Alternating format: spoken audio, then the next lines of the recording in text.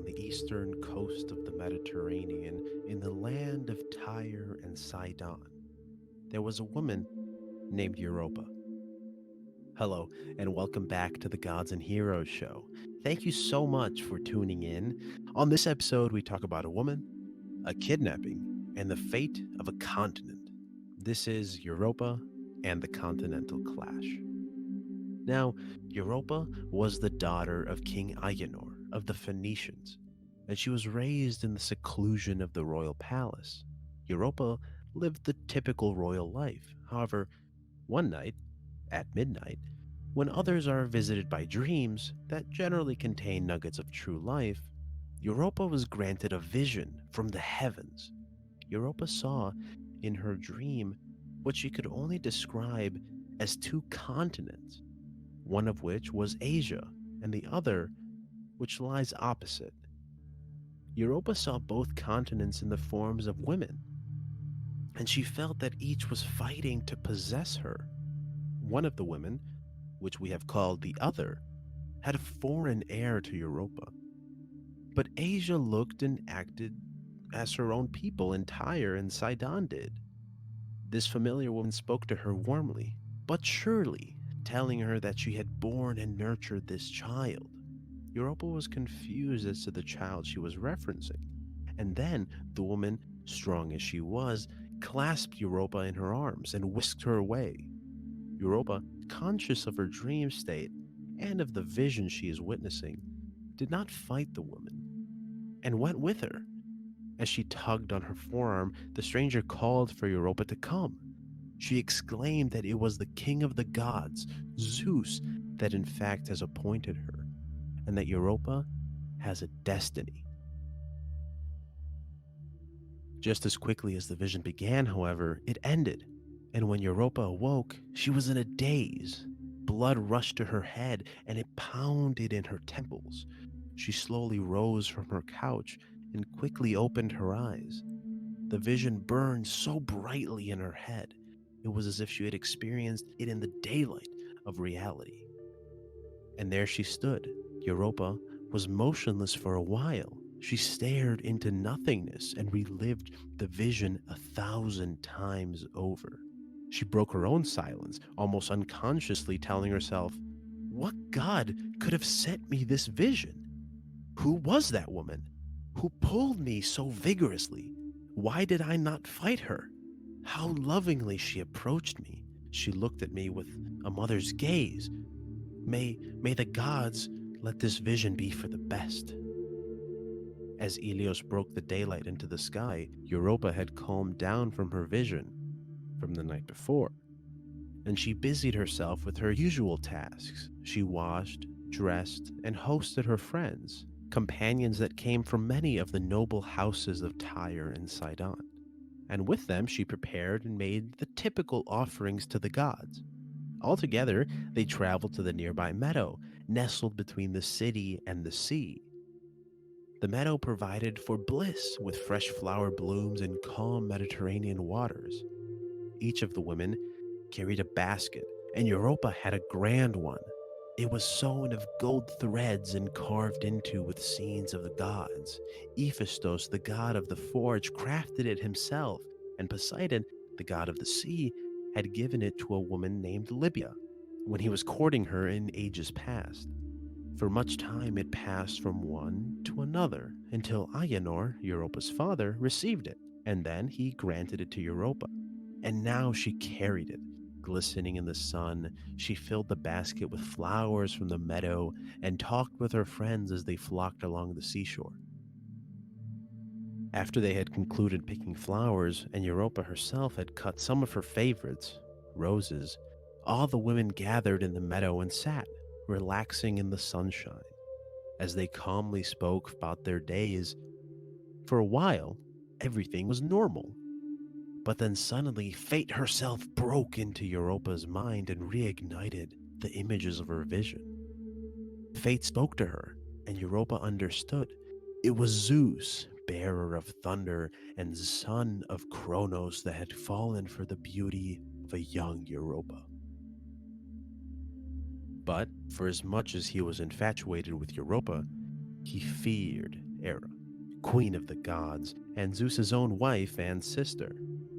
Every time Hera uncovered one of Zeus's affairs, her immense rage was heard over the heavens. Zeus had an idea. In an effort to not anger Hera and still go to Tyre to court Europa, Zeus planned to assume the shape of a bull.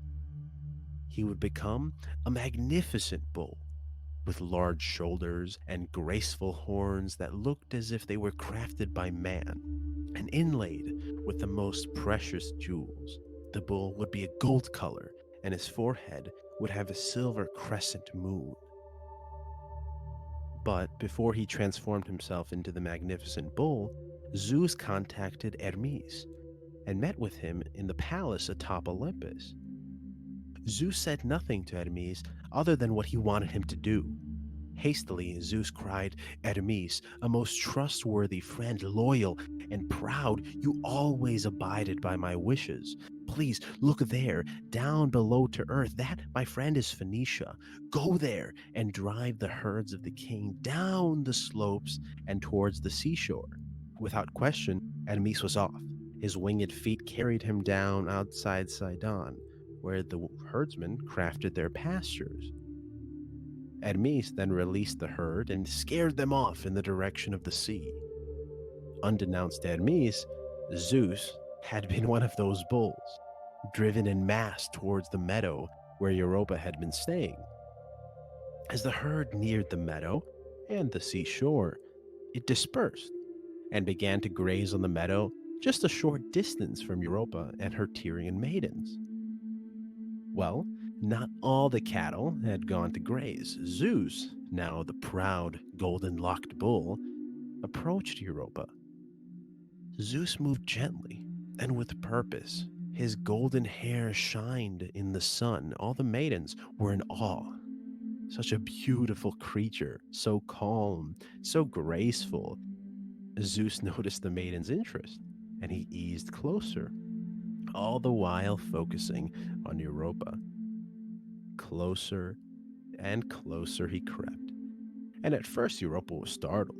She moved back, but the bull remained, waiting for her response, only acting when Europa felt comfortable with its presence.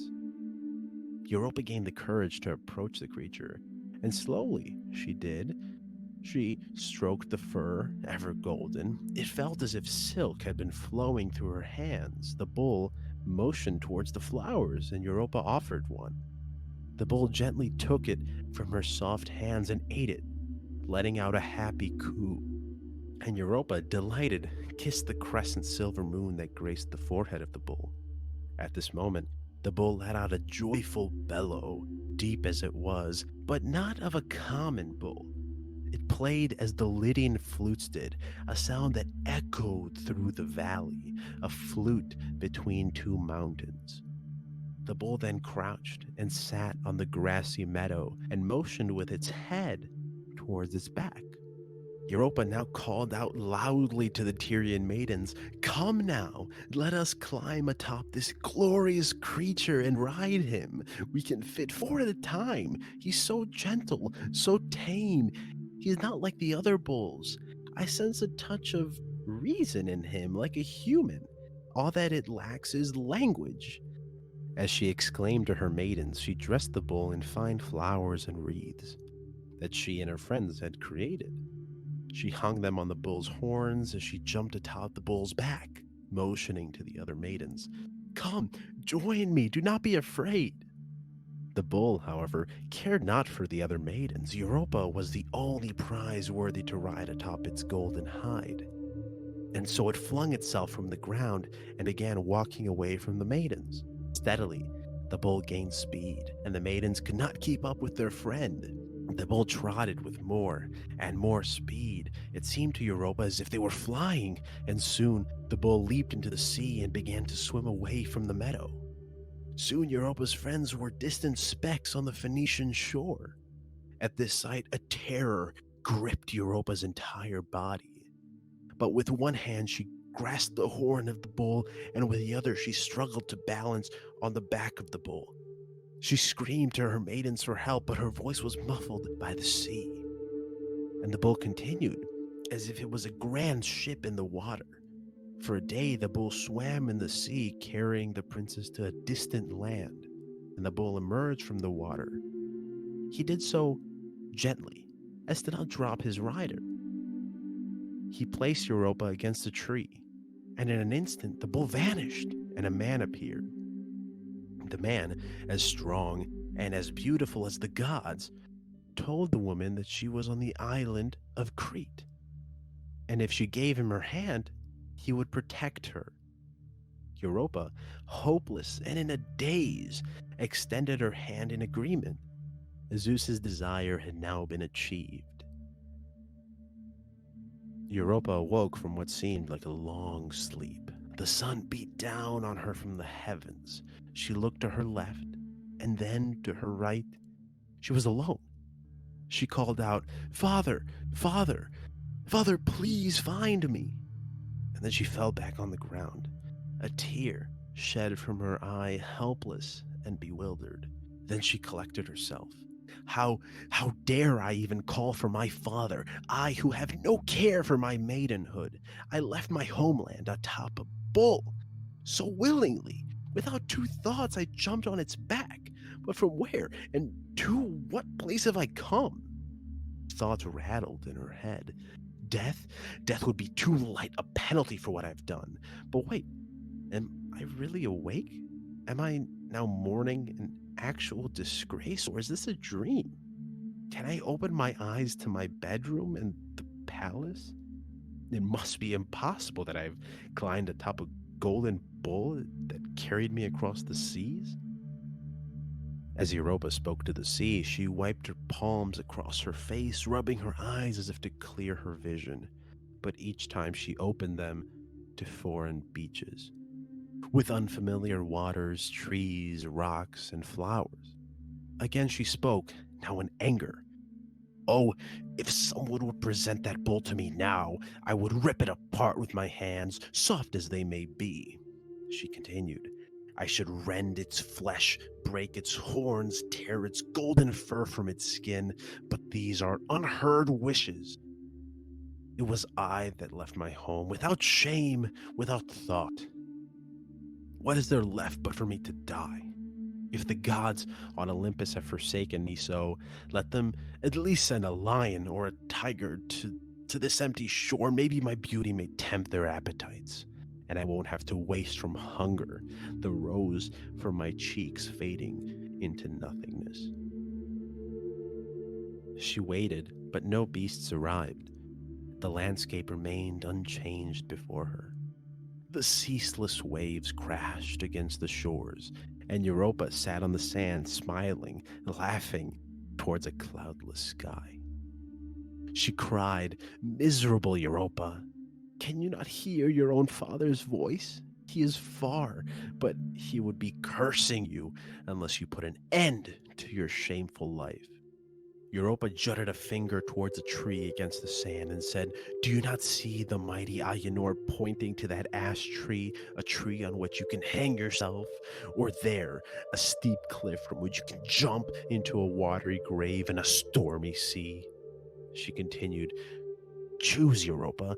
Would you rather be the concubine of a barbarian warlord, remaining a slave to him day after day? Choose, Europa, O daughter of a great king, princess to Phoenicia." Europa tormented herself with the thoughts of her death, but she never found the courage to die. And as she sat on the lonely beach, head in her hands, she heard a low whisper. Fearing someone may be watching her, she jumped up, looking from side to side, scanning all corners of the beach. And there, just behind her, a bright, unearthly radiance, and within it, Aphrodite, the goddess of beauty, and beside her, Eros, her son, the god of love, with a lowered bow. Aphrodite raised the corners of her mouth and smiled, a radiant smile that lingered on the lips of the goddess as she spoke to Europa. "Calm your anger now, child. You are no longer a rebel, nor a shame to your father. The bull that took you away will come back to you. and it will offer its own horns for you to break. I sent the vision to you, but be comforted now, for Europa, you were carried away by a god. Aphrodite continued, and her smile persisted. Europa, you are the mortal wife of Zeus, son of Kronos and king of the heavens. Europa, rejoice, for your name shall be immortal, as it is the continent that received you, and these shores that cried to you, that will forever be called Europe.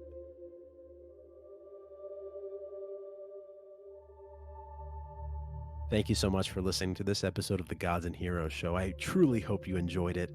I hope you are staying safe, staying healthy, and enjoying the slow movement of content through the Logs podcast. Have a great rest of your day. I hope you can also visit our social media pages and follow us there. Please also visit our merch store and get something nice for yourself. Please stay happy, please stay healthy, and remember to keep on laughing.